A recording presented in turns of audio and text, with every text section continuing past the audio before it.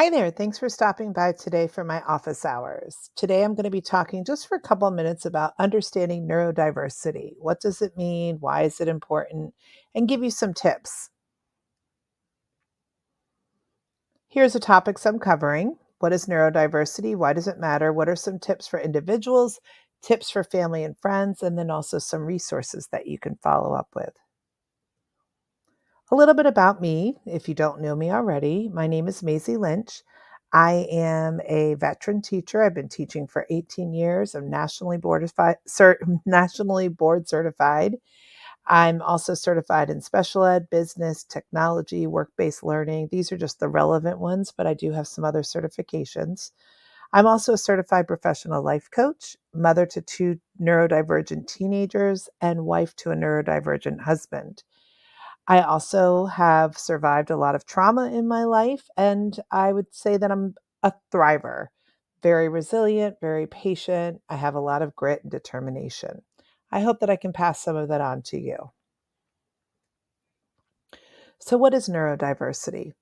The concept of neurodiversity recognizes and respects that there is neurological differences among all of us, just like any other human variation. So people have different color skin, different color eyes, different color hair. That variation exists, and the same idea occurs with neurological differences. This includes things like autism spectrum disorder, ADHD, dyslexia, and other neurocognitive variations. It helps us to appreciate that each brain works differently. And it's important that we recognize that individuals with neurodivergencies have unique perspectives and skills that can be celebrated and harnessed. You'll notice that the words neurodiversity and neurodivergency are used interchangeably a lot. The way that I use these is neurodiversity to me represents the concept that everybody is different.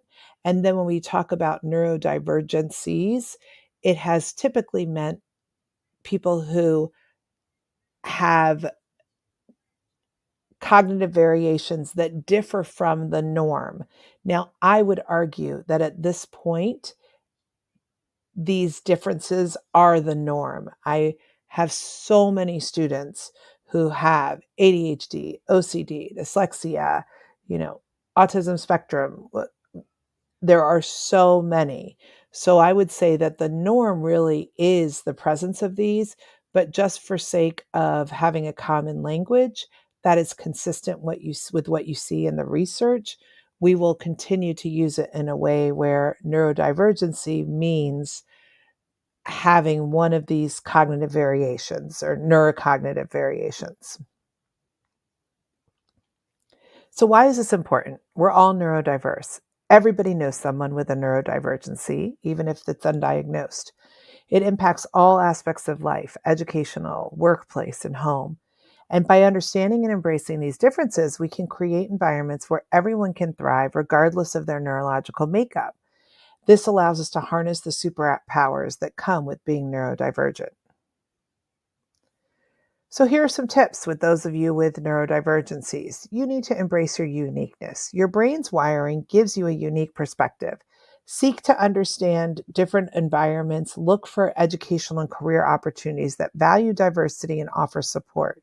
Advocate for yourself. Don't be afraid to speak up about your needs in your educational and professional settings. Family, friends, and coworkers, you should also educate yourself. Make sure you learn more about neurodiversity and the specific needs of individuals with neurodivergencies. Foster inclusive environments, create spaces where individuals with neurodivergencies feel safe and supported.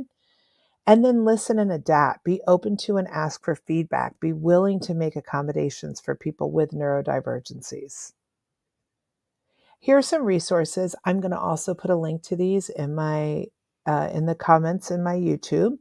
So if you have any questions, feel free to reach out, and thank you for visiting. I'll see you soon. Bye bye.